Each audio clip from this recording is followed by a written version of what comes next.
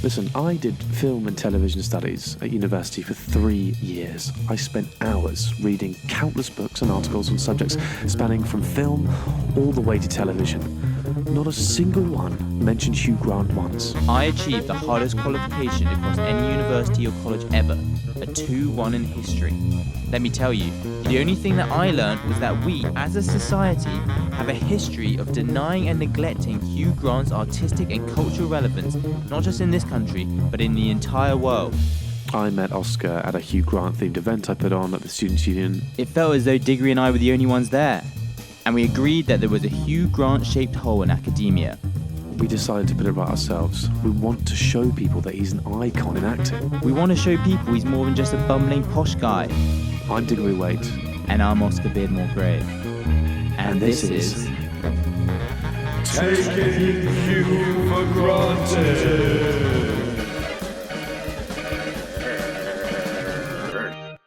Hello and welcome to Taking Hugh for Granted, the show in which two friends watch every single film starring Hugh Grant in the attempt to answer the simple question, is this film good on its own or does it rely on the bumbling Brit for its acclaim? Now, guys, we have a lot of new listeners and we have absolutely no idea why. In the last week or two, our weekly listens have tripled, maybe even quadrupled at this point.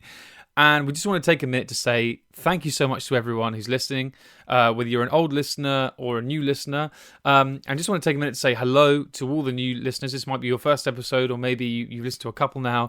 If this is your first time listening, then I just wanted to basically reiterate what I was saying at the top. This is Taking Hugh for Granted. We watch a film starring Hugh Grant every other week, jump on our microphones, discuss how bloody brilliant Hugh was in it, and then at the end basically say if the film was good or not, whether it's been taking Hugh for granted or not. If you are new, just so we can work out what is going on, because honestly there's so many of you guys now, just let us know how you found us. We're at Taking Hugh for Granted on Instagram and Facebook. We're at Taking Hugh on Twitter. Just say hello, say how you found us, say where you come from, and that'd be great. Thank you so much. I'm Diggory Waite, and as ever I'm joined by Oscar Beardmore Gray. Oscar, how the bloody hell are you doing today, mate? I'm doing fantastic, Diggs. I'm back in L'Angleterre after a long wait and long-awaited return of. It's been 8.5 months, but yeah, I'm back, and we're not in person unfortunately yet, but hopefully we'll be soon. But how are you doing, mate? I'm good. I'm quite tired today, so I do apologise to listeners because I have been spending the weekend staying up late and playing Fall Guys, the new video game that swept. Oh my god! Have you played it? Well, my brother's obsessed with it. I see him playing it on the PlayStation. I thought that it was a game for sort of teenagers, but clearly not. No. But then again, there's a lovely lady at work who talks about her son who's obsessed with Fortnite, and that's a game that I'm playing all the time still. And her son is 8 years old.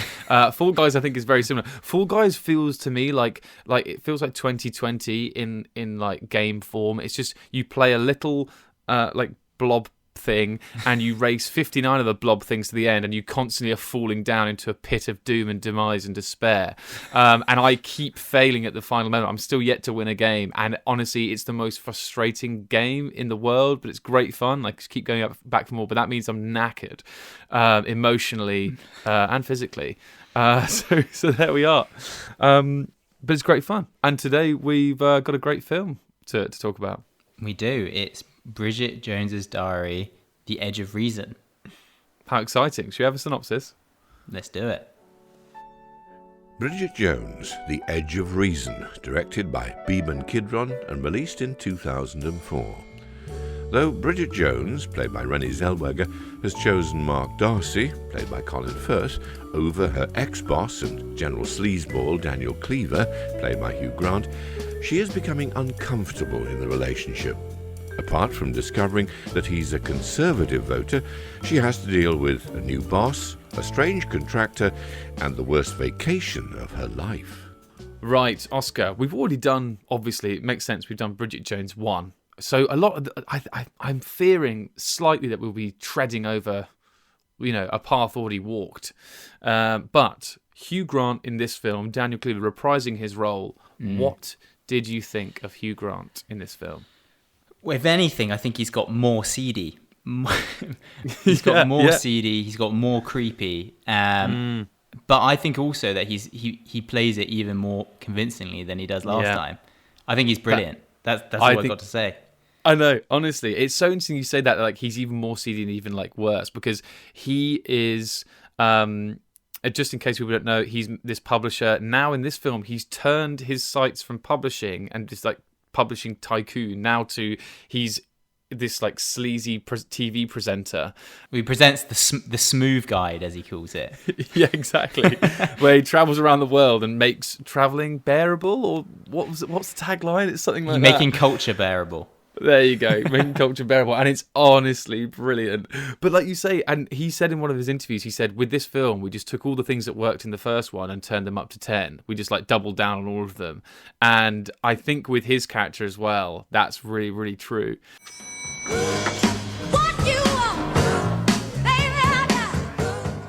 You know, I remember saying when I was offered the first film, I said to Eric Fellner, one of the producers, I said, oh, I mean, really, it's too extreme. No one's like that. And he just laughed in my face and said, well, look in the mirror. And I think that's unfair. I don't think I am quite as black as Cleaver is in his soul. But I certainly share some tastes, some frailties. I mean, also, I think Hugh in this film looked... I think you're right. He's doubled down on the seediness, and he's even seedier. I think he's even sexier than in the first film. I was like... That's an interesting opinion, though. I mean, I'm not sure about that. Oh, really? Give me the reasons.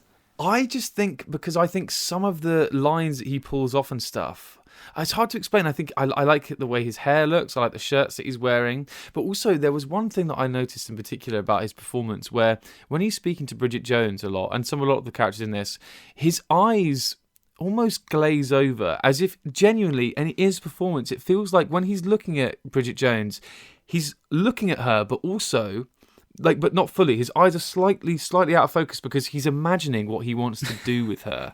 It's like a snake watching its prey and thinking, or a leopard, or like, you know, like whatever, thinking about how it's going to pounce. And it's like it's talking to you, but actually in the back of its mind, it's just going, oh, I want to eat you so bad, and I'm going to. And the only so it's half talking to you and half thinking what it's going to do to you and thinking how it's going to like convince you into doing it, you know. And it I don't know how he conveys that in just his eyes. Genuinely, every time he opens his eyes so slowly just to look over her. I don't know.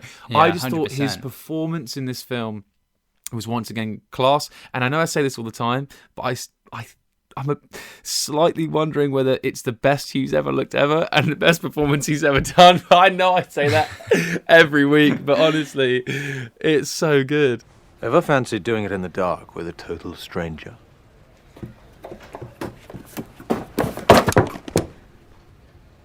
No, all right then. Perhaps not a total stranger. Back off, Cleaver, or I'll report you to a sexual harassment tribunal. I'm a serious journalist. Is that your most serious skirt, Jones? Oh. Do you like it? Hugh, by far, is far, far better at playing the villain than he is playing the nice guy. We've said it before. Yeah. This is him. This is his character in real life. He is a nasty piece of work. Yeah. And, you know, in this film, and let's be honest, we all know that he's probably done a few of the things that he does in this film. He might not care to admit that, but I think it is kind of. I think what's brilliant about it is that you do know that a bit of Hugh's character is inserted in the character of Daniel Cleaver. Exactly, and we all love that. We all love that. Exactly, and I think he. I don't know. It just feels like he feels so much more at home in the evil character and the seedy guy. He did. To be fair, Hugh said he thought it was a bit unfair. That he was linked with him so much, but he said his soul wasn't as black as Daniel Cleaver's, but he did share some traits and some frailties. And I think what he means by that is like he just wants to. He loves banging. He loves banging. And it's so funny because then someone else on the junket said to him, some other interviewer was like, what do people look for in a... They said first to Renée Zellweger, they asked her what men look for in a woman, and she was like, I don't know. And they asked Hugh, and Hugh went, they want a little bit of everything, really, you know. They want a sort of mother, and they want a wife, and they want a sort of filthy bitch as well. And it's very difficult, I think, for one girl to be all three. Outrageous, absolutely outrageous. Like you can really get all three. So and then the interviewer is clearly just sitting there being like, oh right, my word. Next. Yeah, exactly. Another thing I thought was worth mentioning is actually, again, I know we were going to compare Colin Firth and Hugh later on, we got to, but Hugh Grant, this film came out in 2004. Hugh Grant's he's about 44 in this film. Yeah, He's looking fine and dandy, I'd say. I think he definitely is. And to be honest, unfortunately today, I'm going to let the what's the word? I'm not going to let the mask slip slightly on Colin, perhaps a little bit. But to be honest, I think Colin Firth's not looking terrible either in this film, which pains me to say that because obviously we hate Colin Firth. We hate him. We absolutely hate the guy. Yeah, brilliant. But I just think Hugh Grant, fantastic performance once again. So good. The moments when he is on screen, he absolutely steals it. He's not on it enough as well. I was waiting. It's an hour into the film. I was like, is he in this film? But then he gets his start. He gets his chance to shine when Bridget throws it down in the pan with old Colin. Yeah, exactly. And Hugh Grant is delicious. The way he looks and the lines he throws. Oh my God, it's just so good. Honestly, it's so good. Look over there. Hugh Grant's in a Pret. Look over there. He's holding a baguette. So Diggory, you seem to be really into this one today.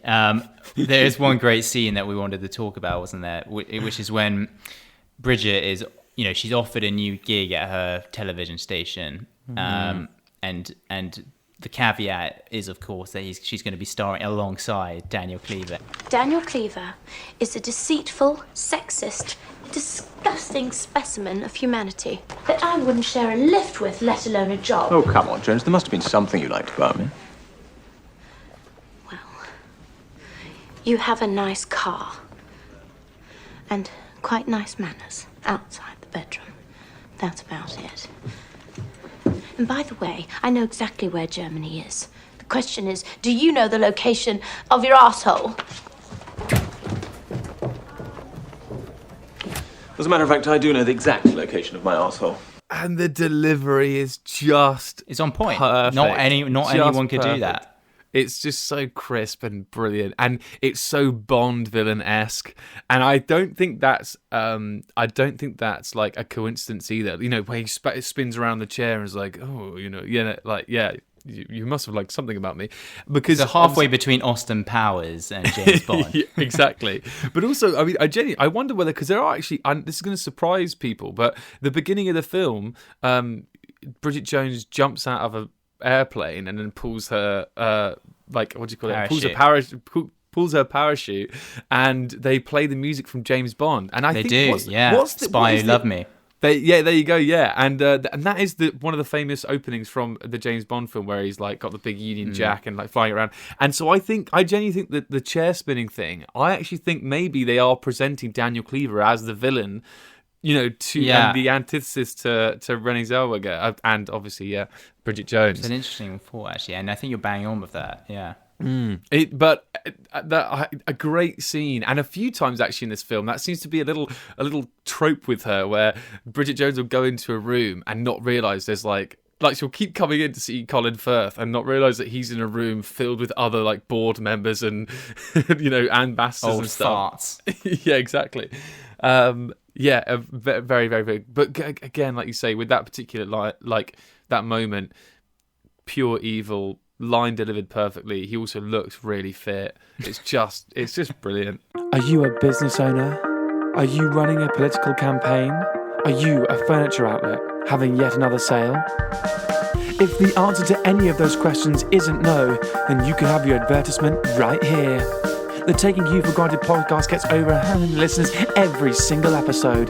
For prices starting as low as 6 figures, you can have your advertisement right here. So what are you waiting for? Email takinghughforgranted@gmail.com today for a full price list, and you can have your advertisement right here.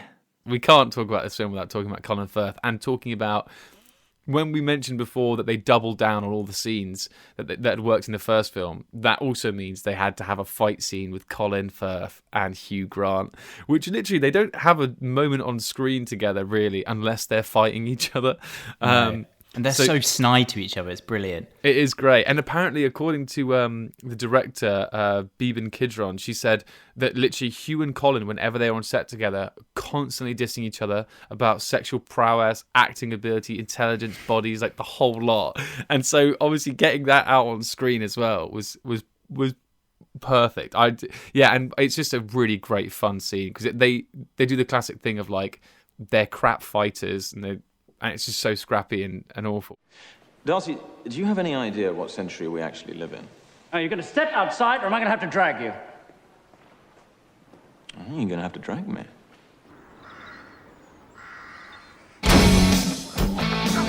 It's fucking insane! I'm doing straight Cleaver, and you're going to pay for it! Ow! What are you here? Look! Going in the fucking water!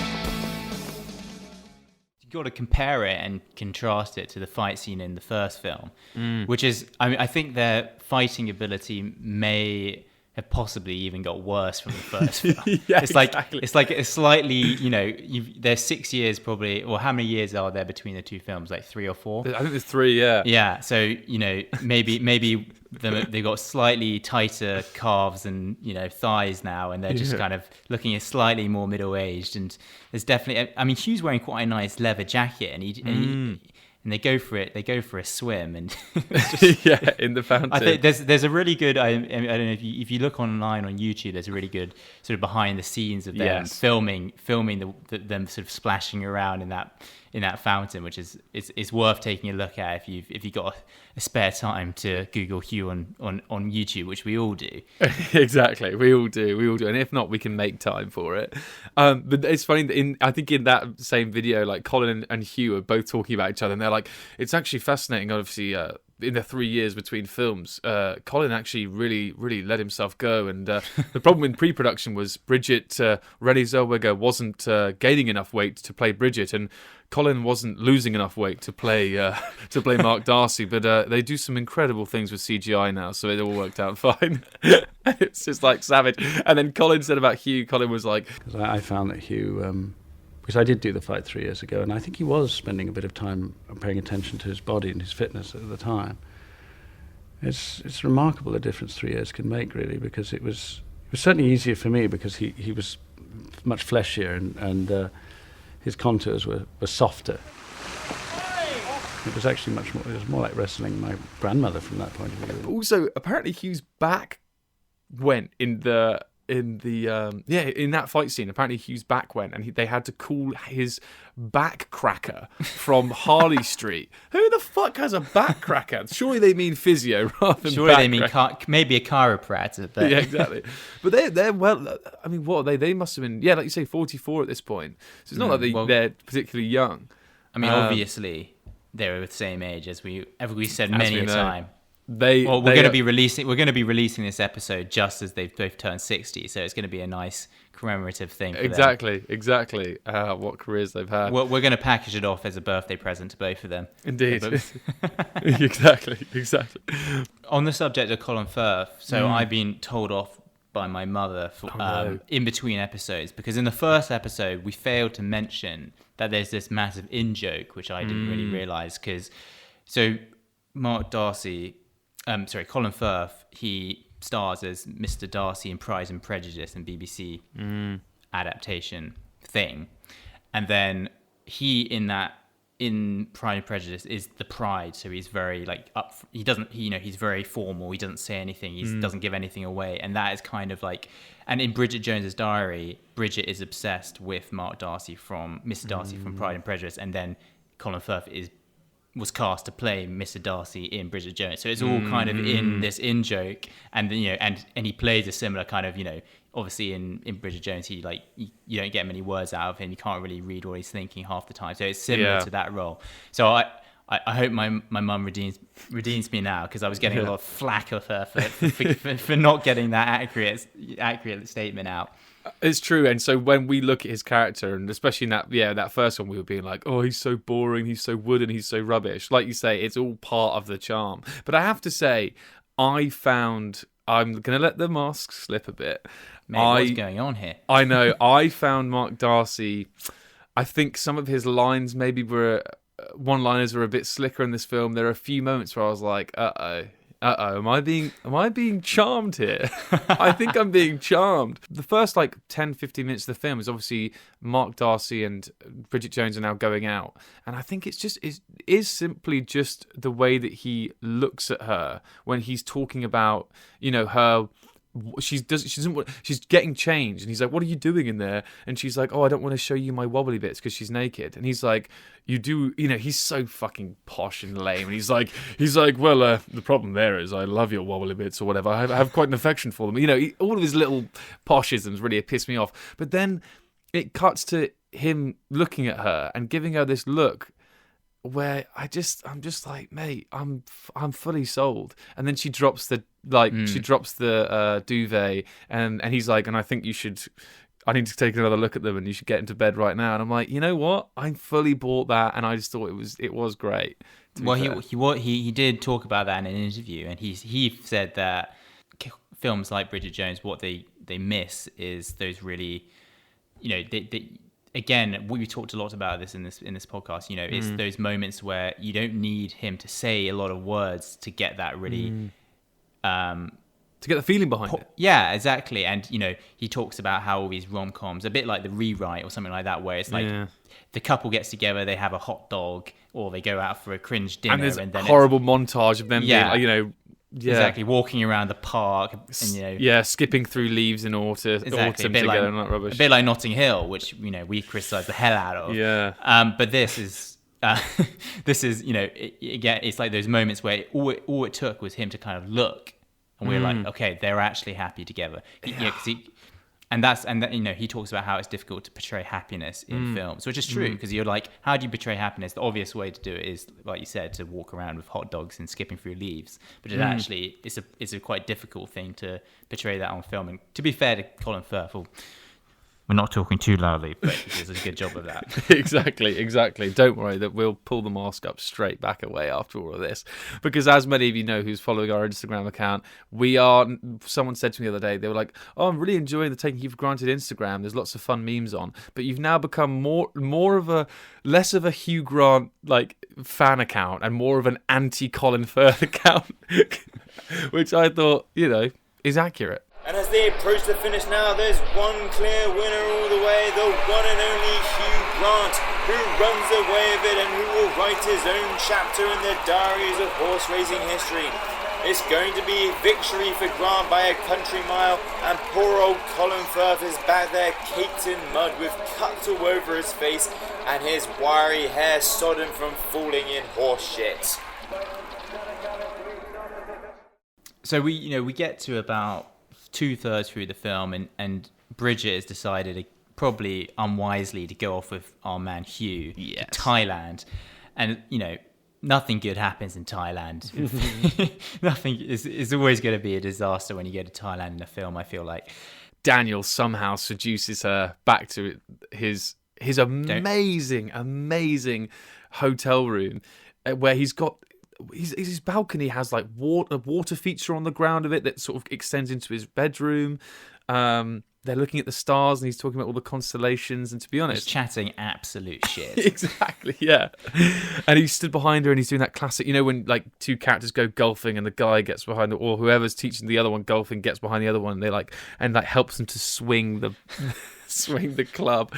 And with this, it's a similar, he's over her shoulder, really close behind her, and he's just pointing me that's Orion's belt, and this star over here's been really naughty and taking the belt off. Anyway, it works a charm, but only up to a point, because then she comes to her senses, doesn't she? Comes to her senses when Daniel has some lady boy in his bedroom. Yesterday you with Maria. She say you big Dipper. Look, man, I'm up for it if you are. Yeah, he's arrived being like, you ordered me for 10:30, and he's like, oh, it's actually so funny, that bit, because that bit where he's like, oh no, like this, he tries to get out of it, and yeah, and then she's like, well, yesterday you had us do, and then it's like, oh shit, yeah, exactly. And then that amazing moment where he's like, well, looks at Bridget, he's like, well, I'm up for it if you are, which is just so classic Daniel Cleaver, to be like, tries to get out of it in every way possible, realize that avenue isn't possible, so then is like, how can I engineer this now for my favour? Maybe I can have my cake and eat it too. Maybe I can have Bridget Jones and this yes, Thai escort. I mean, the whole film slightly gets a little bit far-fetched. This is where we get the sort of, I guess, the sequel moment where it slightly becomes not very believable when she ends up in a Thai prison trying to teach Like a Virgin by Madonna to a load of random people after smuggling a load of cocaine across the border. Yeah, I mean, I also, when like you had that early on in the film, the skiing scene where they go on a skiing resort holiday and stuff, it did have and also actually the very first scene of the film when she parachutes in, it very much had sequel syndrome, where they go, right, the first one was good, we're going to chuck loads of money into the second one, and we've got to make it big, guys, like there's producers sat around. Yeah, exactly, yeah, so it's like, right, we've got to make it big, where do we go, what do we chuck in, we're going to have her come in on a bloody plane at the beginning and land in pig shit. And then we're going to go to Thailand, and we're going to have, all this shit, and we're going to go to a prison. When did you become Kevin Bridges? Top shagger. But that's my Kevin Bridges. But which was a bit far-fetched. But I mean, it's a bit fun. The bit when the other Thai prisoners, ladies, are dancing around to Like a Virgin. It's all a bit of fun. It's all a bit of fun. Taking Hugh for granted. Taking Hugh for granted. Taking Hugh for granted. What did you think, lads? Were they taking Hugh for granted? Oscar, my good friend. Bridget Jones, Edge of Reason. Why was it called Bridget Jones, Edge of Reason, by the way? I've got no idea. It's a bit of a weird title. I think maybe we can incorporate this into our answers, but I think it's because of like the fact that what's her face? Bridget Jones is like a little bit. She seems a little bit mental in this. Not mental, but she does seem a little bit like she keeps insecure. She's very insecure. That's it.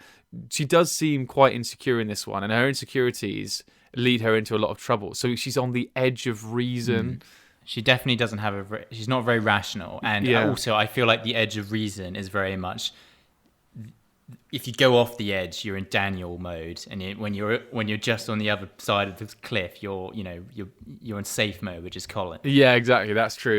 Yeah, that is a really good point. Yeah, so that's probably why it's called Edge of Reason. There we are. Good to clear that up. But Oscar, this film, Bridget Jones, Edge of Reason, are we taking Hugh for granted? Diggory, I don't think we're taking Hugh for granted in this film. I think that actually we've seen an improved, maybe even an improved performance from what we had before. And let's be honest, Daniel Cleaver is just the epitome of Hugh Grant, and and I feel like what the public kind of imagines him to be like, which is a little bit seedy, a little bit creepy, but very sexy. Yeah.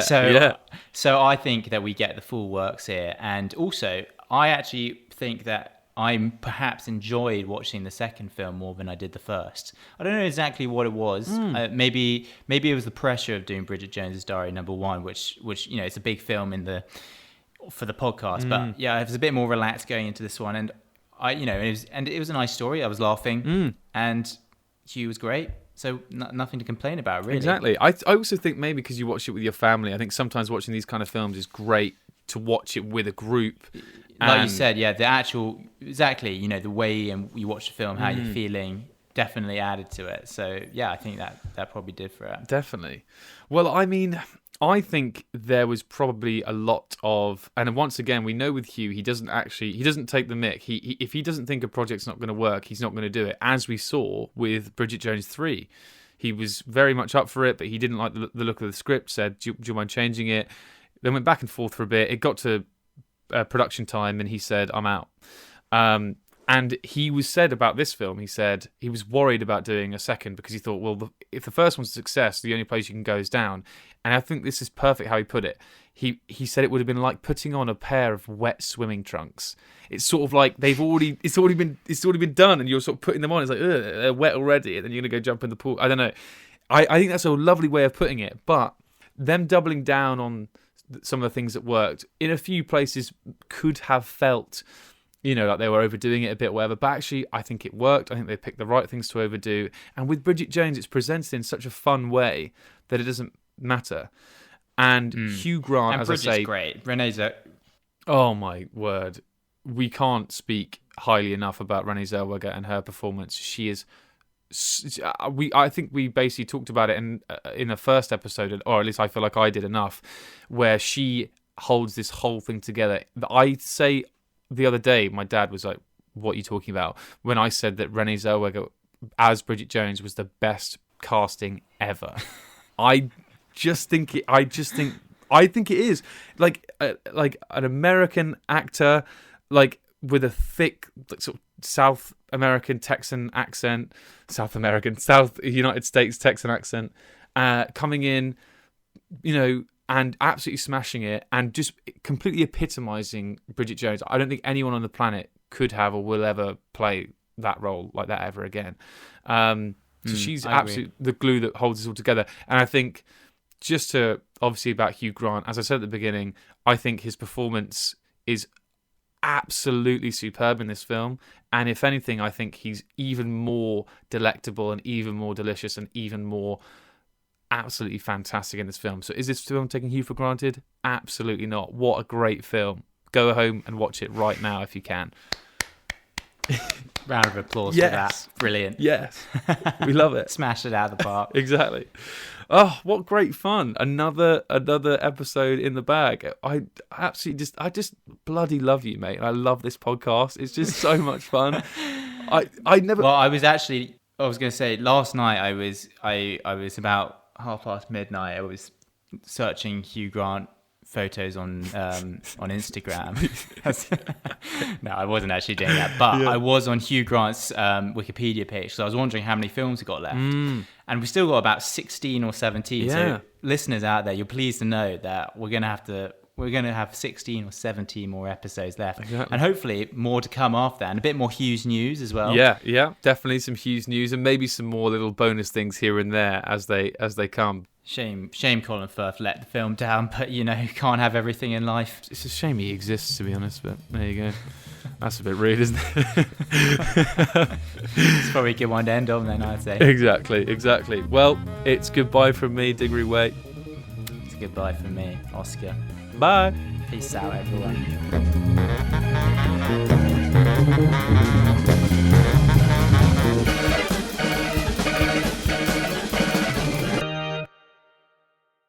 Taking Hugh for Granted is produced, edited and presented by Diggory Waite and Oscar Beardmore Gray.